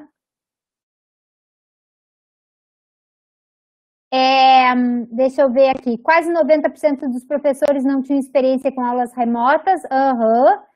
Bem isso, pessoal.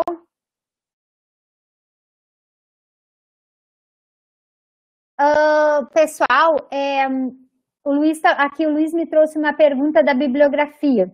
Eu vou voltar aqui na bibliografia, tá? Eu coloquei aqui para quem quiser fotografar.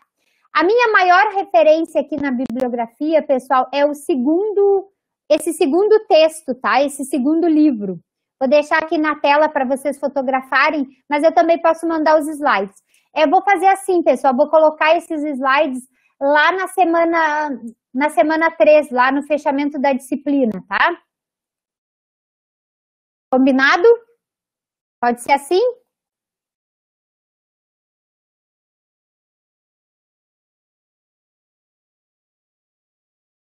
Então, eu acho que era isso, né, pessoal? Professora Silvia, quer voltar para fechar? Posso encerrar? Eu acho que o Luiz já passou todas as questões. Olá a todos. Quero muito agradecer à professora Carla pela belíssima apresentação que nos trouxe nessa noite, né? Um assunto pertinente, né? Bem colocado por ela. Então, assim, pessoal, vocês que estão chegando na universidade, né? Tomem para si exemplos como o da professora, o que ela trouxe aqui nessa noite, né? Que é assim que se faz, né? O nosso ser professor, através da gente participar de eventos, de ouvir da experiência de outros professores e colegas. Então, assim, muito obrigada, professora Carla, por ter trazido este assunto, né? Um assunto, assim, que está em pauta, né? Já há algum tempo, mas importante sempre, né? De ser trazido. E acho que foi bem pertinente, né? Esse tema para esse início agora do nosso curso, tanto de matemática como dos demais. Então, meu agradecimento a ti, Carla, e a cada um que esteve aqui essa noite, né? Tanto os nossos colegas como os nossos acadêmicos que aqui estão presentes e que te prestigiaram e nos prestigiaram nessa noite. Muito obrigada e um bom início de semestre a todos, né? Eu digo assim, nas disciplinas agora, né? Dando arrancada nos cursos. Essa foi uma disciplina introdutória, muito bem desenvolvida. Os professores, né, a Daniel e a professora Carla estão de parabéns pela condução, pelos elogios que eu também ali acompanhei, pelos vídeos gravados, né, a forma como explanaram, né, as condições todas que tinha que ser vista naquela disciplina. Então, assim, acho que todos, assim como eu, né, que acompanhei um pouco, acho que todos gostaram e também ter essa vivência de saber como é que é, né, as rotinas da universidade, trazer essas informações, orientações, penso que foi muito importante para todos essa arrancada, né?